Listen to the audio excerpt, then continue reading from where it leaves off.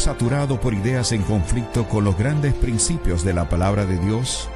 Precisamos de una cosmovisión que mantenga viva la luz de la verdad. Por eso, presentamos Fe y Sociedad, un programa de análisis de temas de actualidad a la luz de la Biblia con los pastores Héctor Delgado y Dauris Contreras.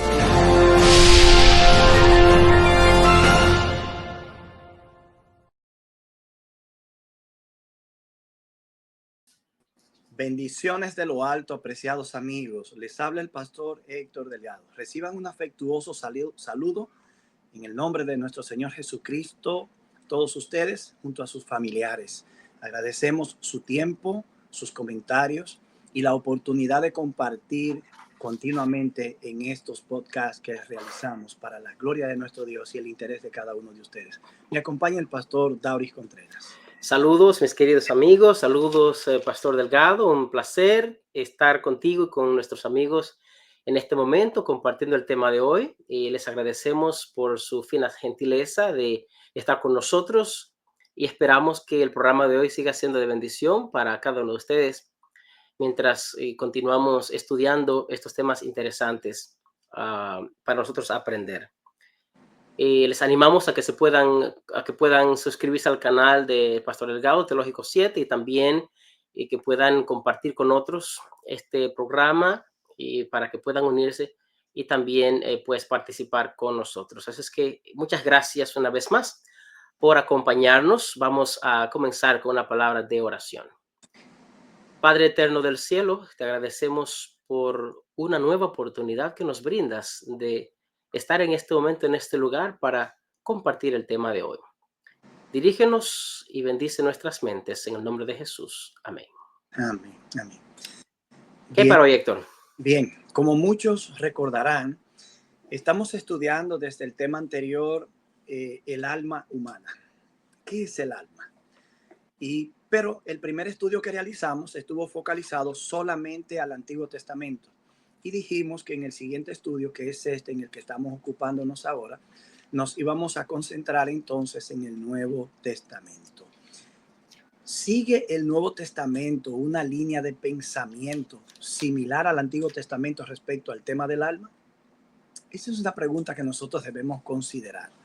¿Podemos hablar de armas inmortales a la luz de la revelación del Nuevo Testamento?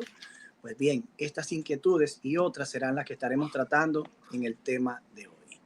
Así es. Y como ustedes saben, la semana pasada ya mencionó Héctor que estuvimos hablando sobre este tema basado en el Antiguo Testamento y pudimos ver algunas cosas interesantes. En primer lugar, una de las cosas que vimos es que cuando Dios crea el hombre y el hombre es creado, dice que llegó a ser un alma viviente una vez que se unió el soplo de vida con el cuerpo. También pudimos ver que el alma, o la palabra alma, que en el hebreo es nefes, se usa para referirse también a los animales, como criaturas vivas, como seres vivientes. Otros usos que vimos de la palabra en el Antiguo Testamento es que a veces puede usarse para referirse a un cadáver, a un muerto, para referirse a un pronombre personal, como yo, tú, para referirse a personas, para referirse a vida, para referirse también a deseos, al apetito. Son muchos los usos que se le da a esa palabra nefes en el Antiguo Testamento. Son muchas las traducciones y las cosas que presenta esa palabra. Por lo tanto, una de las cosas que concluimos del Antiguo Testamento la semana pasada es que el alma, aunque en algunas ocasiones pueda referirse como si pareciera una entidad fuera del cuerpo que sobrevive al cuerpo, en realidad el alma debe ser parte integral de la vida del ser humano. No es una entidad que sobrevive fuera del cuerpo, sino que puede solamente ser parte de la vida humana. Ahora bien, cuando vamos al Nuevo Testamento, una de las cosas que, por lo menos los cristianos, que a veces hay argumentos que supuestamente se usan del Nuevo Testamento para perpetuar esta idea de que el alma sobrevive al cuerpo, a la muerte. Realmente lo que ocurre es que hubo una influencia griega, no solamente en el pensamiento cristiano, sino también en el pensamiento judío. Ustedes saben que el Nuevo Testamento, el Antiguo Testamento, perdón, fue traducido al griego, lo que hoy conocemos como la Septuaginta.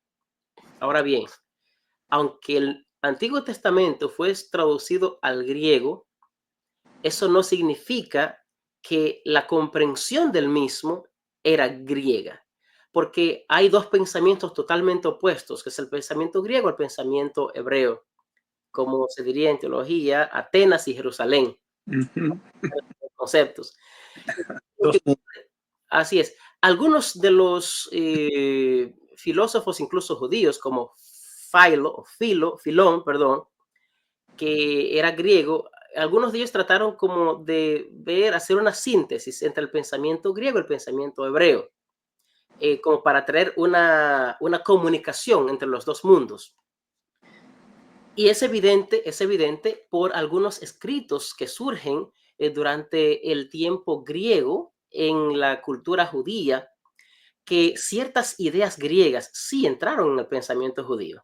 Nosotros encontramos algunos de los libros apócrifos, el libro, por ejemplo, de Enoch, o tal vez de los Macabeos, o tal vez la antigua Tobías. Esther, Tobías. Van a encontrar algunas ideas allí que no parecen tener compatibilidad con el canon que ya había sido revelado y que ya había sido compuesto, o más bien editado por Esdras, como se cree. Ya había un canon hecho. Entonces, aunque el pensamiento griego de alguna manera afectó el pensamiento judío en cuanto a algunas cosas, eso no significa que ahora el Nuevo Testamento, que está escrito en griego, fue interpretado con esa mentalidad griega, especialmente cuando tiene que referirse al alma. Quizás, quizás algunos oyentes recuerden que en el tema anterior estuvimos analizando la perspectiva de Leo Garrett, que estaba analizando el tema del alma y su significado en el Antiguo Testamento. Y él concluye que sin la evidencia que aportan los escritos del periodo que media entre el Antiguo y el Nuevo Testamento, en el periodo helenístico, no es posible determinar con el Antiguo Testamento que el alma sea un ente inmortal. Él acude a la evidencia de los escritos apócrifos del periodo intertestamentario para decir que es allí cuando por primera vez el concepto de inmortalidad se asocia al término alma. Y hay que admitir que es inevitable que la influencia del pensamiento griego se produjera sobre el pensamiento judío. Primero porque le tocó en turno como imperio a Grecia expandirse y dominar territorios que estaban dominados anteriormente por Babilonia y Y posteriormente Medo-Persia. por Medo-Persa. Y entonces también hubo como una conquista helénica, en el sentido de que no solo había una conquista política, sino que también se imponía el idioma, pero Y el también la pensamiento. religión, el pensamiento. Y el pensamiento, la Y filosofía. en este contexto, en el fragor de la batalla ideológica, es evidente que el impacto se ve. Y cuando mencionaste a Filón, ahí tú tienes la evidencia de cómo el pensamiento hebreo claudica ante las presuposiciones del pensamiento filosófico. Así que estas realidades que nosotros estamos mirando ahora, de alguna manera, si bien no se filtran al mensaje bíblico, sí se filtran en las conclusiones de los eruditos y los pensadores de la Biblia. Pero cuando el Nuevo Testamento, Dauris, habla de alma, espíritu, ¿está siguiendo una línea parecida al Antiguo Testamento? Claro que Yo sí. creo que sí, que indiscutiblemente es así. Y una de las mayores evidencias radica en que, de la misma manera que en el Antiguo Testamento, según estuvimos leyendo en el capítulo 1 de Génesis, versos 20, 21 y 24, y luego en el capítulo 2, verso 7, donde el término nefesh se aplica al hombre, pero en los versos que mencioné primero se refiere a los seres inferiores, a los seres marinos o los seres que viven sobre la tierra, que son animales. Asimismo, en el Nuevo Testamento, el término para alma, que en este caso es suje, hace tanto referencia a la persona como tal, a la vida misma, como también a los seres inferiores, según Apocalipsis 8:9 y Apocalipsis 16:3. Cabe destacar, Héctor. Ese sentido de alma como vida en el Antiguo Testamento reaparece en el Nuevo Testamento, según Mateo 10, verso 28, Hechos capítulo 20, verso 10 y Apocalipsis 12, 11. De manera que hasta aquí sí podemos confirmar que la línea de pensamiento que tiene la palabra alma en el Antiguo Testamento es la misma que encontramos en el Nuevo. Una de las filosofías más influyentes en el cristianismo es la filosofía de Platón.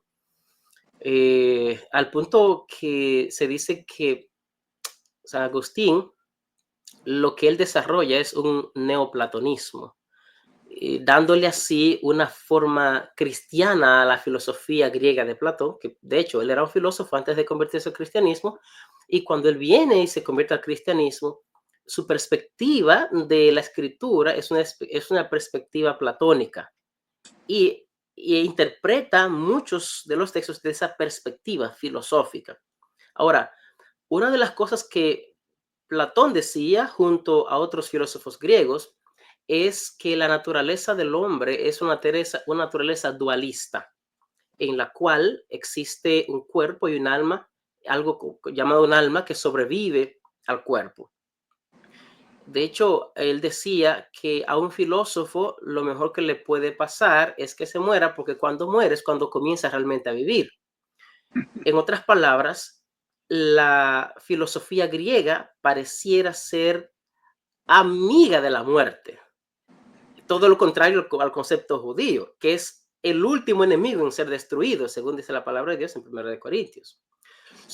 Es evidente que así como otras filosofías se mezclaron en la mente del cristianismo, comenzando desde el tercer siglo en adelante, con respecto a este tema, también el tema de la inmortalidad del alma y la comprensión de los textos que parecieran aludir a eso, fueron entendidos de igual manera. Pero como tú decías, Héctor, cuando vamos al mismo texto bíblico, nos vamos a encontrar que la palabra suje o alma, donde viene nuestra palabra psicólogo o psiquis, esa es la palabra raíz de esa palabra, se refiere a una persona o a una vida. Hay algunos ejemplos bíblicos del Nuevo Testamento. Por ejemplo, cuando dice la Biblia que el ángel le dijo a los magos, a María y José, que los que buscaban la vida del niño ya habían muerto, podían regresar de Egipto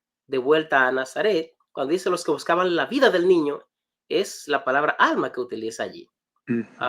Por ejemplo, cuando Jesús dijo, no es la vida más que el vestido, es la palabra alma que se utiliza allí también.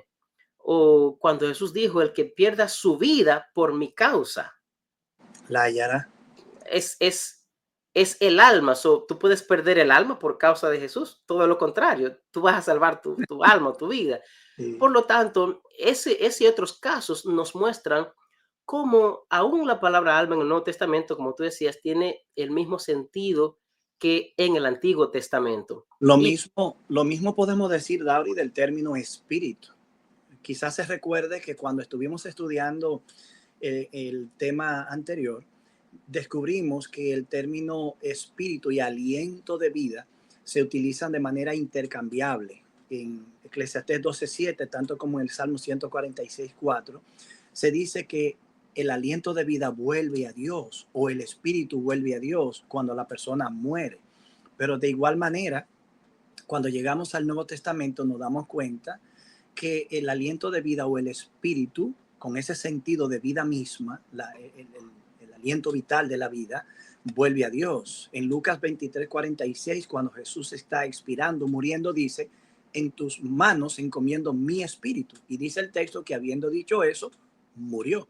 De igual manera, Esteban en Hechos 7:59 dice, Señor Jesús, recibe mi espíritu. Por consiguiente, el Nuevo Testamento, aun cuando usa el término espíritu, sigue la misma línea de pensamiento del Antiguo Testamento. Vamos a esta breve pausa y continuamos inmediatamente con este estudio. Estás escuchando Fe y Sociedad, un programa de análisis de temas de actualidad a la luz de la Biblia.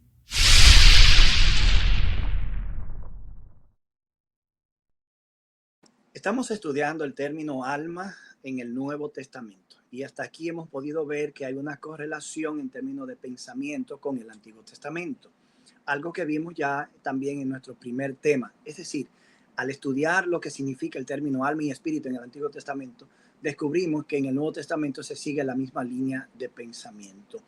Y en la sección anterior, antes de la pausa, estuvimos mostrando algunos pasajes como Lucas 23:46 y Hechos 7:59, donde se evidencia que el espíritu a veces en muchos pasajes no hace referencia como a una parte espiritual en el ser humano o la conciencia o la mente, sino en este caso hace referencia a la vida misma que es entregada en ocasión de la muerte. Dos argumentos más que me gustaría presentar es que a veces el término pneuma o pneuma, espíritu en el Nuevo Testamento, puede tener el significado de actitud, es decir, la actitud que tiene la persona en ese momento o el estado de ánimo o los sentimientos que está experimentando. Y algunos pasajes como ese que contienen esa idea son Romanos 8:15, Primera de Corintios 4:21 y Segunda de Timoteo 1:7. De manera que cuando las escrituras caracterizan al hombre como, por ejemplo, una unidad de cuerpo y alma, según Mateo 10:28, o como cuerpo y espíritu, que ya es un poco distinto, según Primera de Corintios 7:34 y el capítulo 5, verso 5, se debe a que en muchas ocasiones tanto el alma como el espíritu se usan de manera intercambiable, algo que también ocurre ocasionalmente en el Antiguo Testamento. Hay ocasiones, eso es gracias, Héctor. Hay ocasiones, por ejemplo, que encontramos Cristo, por ejemplo, diciendo, amarás al Señor tu Dios con todo tu corazón, con toda tu alma, con toda tu mente. Él está diciendo entonces que cada una de esas cosas es una entidad por sí sola. No, El corazón, ¿qué es el corazón? ¿Qué es la mente? ¿Qué es el alma? Lo que Cristo está diciendo allí es que todo tu ser debe amar a Dios. exactamente. El alma sería el asiento de la voluntad, el asiento de los afectos y el asiento de las emociones, del deseo, como vimos también en el Antiguo Testamento. Por lo tanto, cuando sea que nosotros vemos la palabra alma, aunque esté dividida, como por ejemplo el apóstol Pablo dice en Tesalonicenses, que todo vuestro ser, espíritu, alma y cuerpo, sea guardado irreprensible para la venida de nuestro Señor Jesucristo. O sea, es todo nuestro ser, o sea, todo lo que es el ser está allí envuelto en esas tres cosas. Está No es que hecho de manera integral de la persona. Incluso en la perfecto. forma que continúa hablando después que menciona alma, cuerpo y espíritu, dice, sea guardado irreprensible. No está Ujú, pensando en componentes o partes que se pueden ensamblar o separar, sino así de es. la totalidad de la persona de manera integral. Eso es correcto, eso es correcto. Hay otras Ujú. citas, por ejemplo, del Nuevo Testamento, del Antiguo, cuando Jesús, eh, cuando el Padre dijo, en quien tengo contentamiento, allí en Mateo 12:18, es una cita de Isaías, cuando Dios se deleita en su siervo, en el cual yo me complazco. Ahí se usaría Héctor como si fuera un pronombre personal, Así es. pero literalmente lo que dice, en quien se agrada mi alma. ¿Ok? En que se agrada mi alma, como Mm, si Dios tuviera un alma también. así es. Es evidente que es una expresión Un para modismo, una forma de un expresión. modismo, una forma de expresión, en este caso, va a referirse a la persona. Eh, En muchos pasajes también el término alma y espíritu describe como manifestaciones intelectuales o casos correcto. afectivos o volitivos de la personalidad. Ujú, Y en otros casos también se refiere a funciones de la psiquis, de la mente individual o a la actividad de toda la persona. Hay un texto que siempre me ha llamado la atención y está en 1 Corintios 2:11, cuando Pablo dice, ¿quién de los hombres conoce las cosas profundas del hombre? Sino el espíritu del hombre que está en en el él. hombre. Ujú, ujú, Y uno podría decir, bueno, pues el hombre tiene un espíritu dentro que tiene un conocimiento del hombre mismo. ujú. No, eso sería como seguir insistiendo en un criterio dicotomista del hombre que la Biblia realmente no está apoyando. Allí el término espíritu representa la mente o la conciencia del ser humano. Ujú, Nadie sabe mejor que tu propio ser interior, tu propia conciencia, quién tú eres. Es allí donde tú eres excusado o felicitado por una buena acción. Es como donde tú entiendes que esa vocecita que te dice, eso no estuvo bien, tú tienes que corregir eso. De manera que, ¿quién conoce mejor que uno, sino el ser interior nuestro, la mente o la conciencia del ser humano? Así es. Otros textos, por ejemplo, cuando dice que ah, Jesús vino a dar su vida en rescate por muchos, es su alma. Habla del buen pastor en Juan capítulo 10, diciendo que da su vida por las ovejas, es que da su alma por las ovejas. Cuando Esteban, por ejemplo, en el libro de Hechos, cita y habla de las personas que vinieron con Jacob a Egipto, dice que eran 70 almas en todo, por todo. Por lo tanto, ese y otros ejemplos nos están indicando de alguna manera que el alma no es una entidad por sí sola que sobrevive al cuerpo, sino que es una entidad que es parte integral del ser humano y que cualquiera sea esta, es parte intrínseca de la existencia humana. So, es En, importante tener eso en cuenta. en el tema anterior nosotros decíamos que quizás alguna persona piense, bueno, pero ¿y entonces qué nos hace especiales a nosotros? Cuando estábamos estudiando los Mm, textos que dicen que en ocasión de la muerte y en cuanto al aliento de vida mismo, no hay ninguna diferencia, según Eclesiastés, entre los entre los animales, animales sí, y nosotros los seres así humanos. es. Entonces alguien podría preguntar, ¿y qué nos hace diferente? En esa ocasión decíamos que lo que nos hace diferente es que Dios, cuando nos creó, nos dedicó un tiempo especial Claro. y nos formó a su imagen y semejanza. Por consiguiente, lo que nos hace especial no es que hay un componente desmontable en nosotros que puede vivir separado del cuerpo, Ujú, ujú. no, que portamos la imagen de Dios tal y como Él nos creó. Eso es Y así. eso precisamente nos hace caer a nosotros dentro de su propósito y de su plan. Dauri, a mí me gustaría señalar otro aspecto que viene a corroborar que el Nuevo Testamento está moviéndose en la misma línea de pensamiento que el Antiguo Testamento y que hay algunos pasajes que me gustaría que pudiéramos considerar. Se recordará que cuando estuvimos estudiando el tema del alma anteriormente, dijimos que algunas expresiones como mi alma, tu alma, su alma, no eran más que modismo que reemplazan pronombres personales como yo, tú, él y etcétera. ¿Recuerdan eso? Pues Ujú. bien, cuando leemos el Nuevo Testamento encontramos la misma dinámica. Pensemos, por ejemplo, en María, el canto de María y la expresión de María cuando recibe la anunciación o el anuncio de que será la madre del Señor. Según Lucas capítulo 1, versos 46 y 47, María dijo, engrandece mi alma al Señor y mi espíritu se alegra en Dios mi Salvador. Hay un alma en María que aparte de ella como persona está alabando al Señor. Hay aparte del alma y de su cuerpo y de ella un espíritu que se está alegrando en Dios. Evidentemente aquí estamos mirando cómo la dinámica de la psique individual, de la actividad interior emocional de la persona está expresándose al máximo nivel. Todo en María está saturado por la emoción y la solemnidad del anuncio que ha recibido. Y ella, con todo lo que es como persona, está alabando y glorificando a Dios. Ujú. En Eh, Mateo 26:38, tengo un par de textos más, Dauri, que me gustaría como Está bien. colocarlo ahora. Ok. Jesús dijo en una ocasión, mi alma está muy triste. ¿Qué había triste en Cristo? ¿Era Cristo mismo que estaba triste? ¿O era su alma parte de su cuerpo que estaba triste? Si insistimos en una dicotomía, nos daremos cuenta que entonces parecería ser que nada físico en Cristo estaba siendo conmovido o impactado por el dolor y que solo su alma estaba triste. Pero cuando leemos la nueva versión internacional, leemos que es tal la angustia que me invade que me siento morir. Por Ujú. ejemplo, el rico insensato en Lucas 12:19 dijo, diré a mi alma, alma, muchos bienes tienes ganados.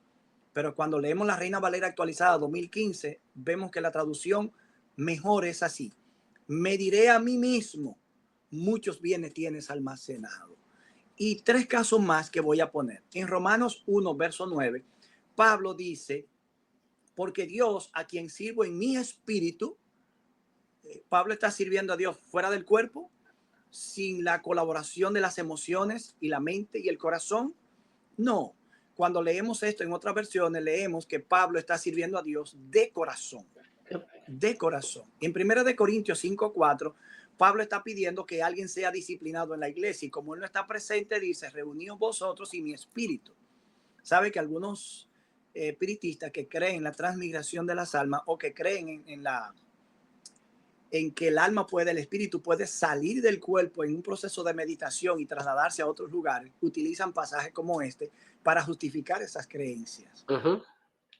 Pero realmente la traducción sería, hagan cuenta de que yo estoy con ustedes. Cuando Pablo habla de mi espíritu, está hablando con mi consentimiento, con mi anuencia, bajo mi dirección y liderazgo. Y Así es. finalmente, en 1 Corintios 16:18, Pablo dice, tranquilizaron mi espíritu y el vuestro.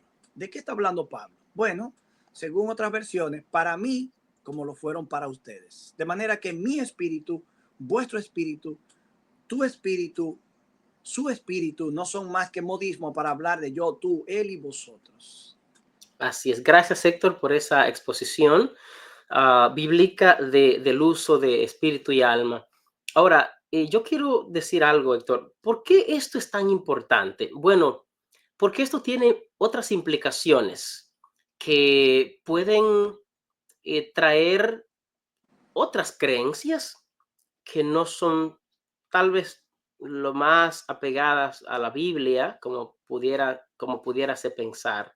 Así es. Eh, Porque a esta creencia de que el alma sobrevive al cuerpo, entonces ahí se le va añadiendo otras cosas que pueden entrar. Bueno, por ejemplo, cuando algunas personas entienden que me salió mi papá, yo hablé con mi papá que ya se murió, o que pude ver la Virgen de Guadalupe que se me apareció, o la Virgen María, la pude ver. ah, Esta y otras cosas surgen basado en la idea de que el alma sobrevive al cuerpo, Así es. porque no hay otra forma de presentarlo. De hecho, también la creencia de las personas que cuando mueren van al cielo, y tendremos un tema acerca de la muerte, pero la idea que cuando las personas mueren van al cielo, van al infierno y allí están eternamente, porque el alma sigue viviendo. Todas esas son creencias que están fundamentadas en la comprensión de qué es el alma. Y si nosotros como cristianos vemos la comprensión o comprendemos el alma, el concepto del alma, desde el punto de vista griego, es fácil que podamos llegar a esas otras conclusiones.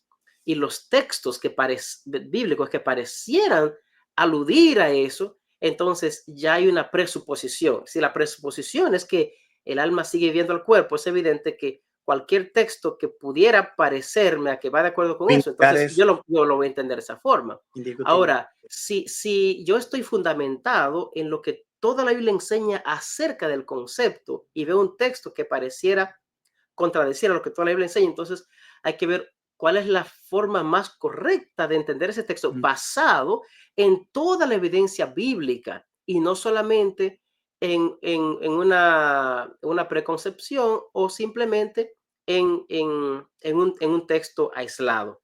Y hay que, Ahora, y hay que admitir, Dauris, que hay pasajes bíblicos en el Nuevo Testamento, tanto como en el Antiguo, que cuando son leídos parecerían dar la impresión de que sí hay algo que sigue existiendo después de la muerte del cuerpo. Por ujú, eso el siguiente programa o el siguiente podcast que estaremos haciendo precisamente se va a concentrar en esos pasajes difíciles del Antiguo y el Nuevo Testamento. así es. Otra cosa que quiero decir, Héctor, es que la Biblia enseña en el libro primero de Timoteo, capítulo 6, versículo 16, dice lo siguiente, 15-16, la cual a su tiempo mostrará el bienaventurado y solo soberano, Rey de reyes y Señor de señores, refiriéndose a Cristo y a Dios. Dice, el único que tiene inmortalidad, que habita en luz inaccesible, a quien ninguno de los hombres ha visto ni puede ver, al cual sea la honra, la gloria, el imperio sempiterno. Amén. En otras palabras, el único que tiene inmortalidad es Dios. Los seres humanos que ahora viven, como por ejemplo Enoc, Moisés, Elías y otros que resucitaron en la resurrección de Cristo Jesús, recibieron la inmortalidad y ahora viven para siempre porque ahora su vida está su eternidad está supeditada a la eternidad que Dios le ha concedido. Y ya cuando estudiemos el tema de la resurrección, pues vamos a estar un poco acerca de esto. Lo que quiero decir con esto es que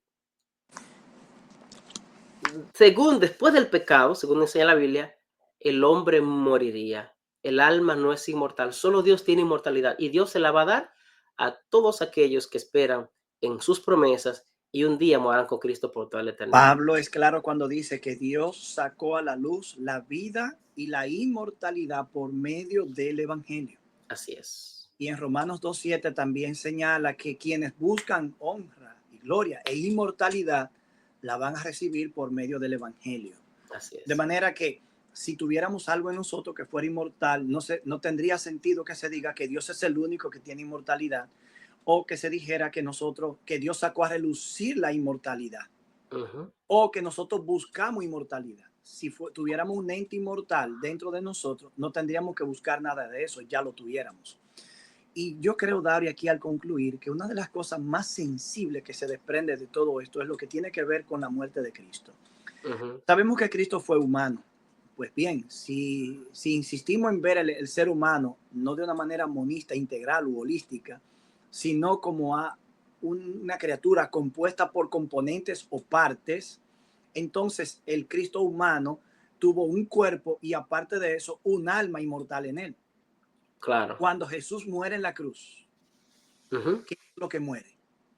Bien, yo entiendo que su divinidad no puede morir, él no deja de ser Dios, pero si como hombre yo entiendo su humanidad en el mismo sentido antropológico que se entiende la humanidad normal de nosotros, con un cuerpo y un componente inmaterial inmortal aparte, que es el alma. Cuando Cristo muere, ¿no muere su alma como ser humano?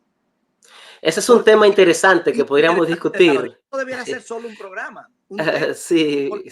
Cristo cuando muere, aparte de que su divinidad no muere, el alma no puede morir porque, aunque es un componente humano de su humanidad, yo creo que nosotros estamos metiéndonos en un problema bien serio y Satanás sabe muy bien lo que ha hecho al poner en marcha la doctrina de la inmortalidad natural del alma. Si Cristo tenía un alma que no murió porque el alma no puede morir cuando el cuerpo muere, entonces Cristo realmente no murió totalmente en la cruz. Solo murió un cuerpo físico y nada más. Queremos mencionar, Héctor, antes de terminar, que ya estamos sobre el tiempo, que el hecho de que tal vez tú puedas creer que el alma sobrevive al cuerpo al momento de la muerte, los conceptos que estamos expresando acá son conceptos bíblicos, son conceptos que lo hemos expuesto de la manera más clara posible. Me parece que es simplemente que tú te detengas a meditar en la palabra, a ver con una mente abierta la idea, fuera de no rechazarlo porque este grupo cristiano lo ve de esa manera. No, sentarse a ver todo el argumento bíblico al respecto y todas las implicaciones que tiene. Creer que el alma sobrevive al cuerpo. En última instancia, lo que hemos presentado en el día de hoy, creemos que es puramente bíblico el concepto y que si estamos comprometidos con la palabra de Dios, me parece que a esa conclusión podemos llegar. Bien, pero un placer tenerles con ustedes. Sí, yo diría que al llegar al final de nuestro tema de hoy, recordar lo siguiente: si bien la muerte significa la disolución total de la vida, volver a la inexistencia temporalmente, solo es eso. No es un adiós, es un hasta luego. Es una separación temporal, es un cerrar y volver a abrir los ojos, porque como la muerte es un estado de inconsciencia absoluto, realmente el tiempo no continúa fluyendo. El tiempo para la persona que muere se detiene. Por eso podemos decir que para el que muere y resucita, la muerte fue como un cerrar y abrir de ojos, en el que se reencontrará no solo con el Señor, sino con todos sus seres queridos. Alienta la esperanza del Evangelio, a través del cual Dios ha sacado a la luz la vida y la inmortalidad que podemos tener por medio de Cristo. Recuerden lo siguiente: el que tiene al Hijo de Dios tiene la vida, y aunque muera, volverá a vivir. Que Dios le bendiga y nos ayude a mantenernos firmes hasta el día final. Dios le bendiga. Hasta la próxima entrega. Que Dios te bendiga.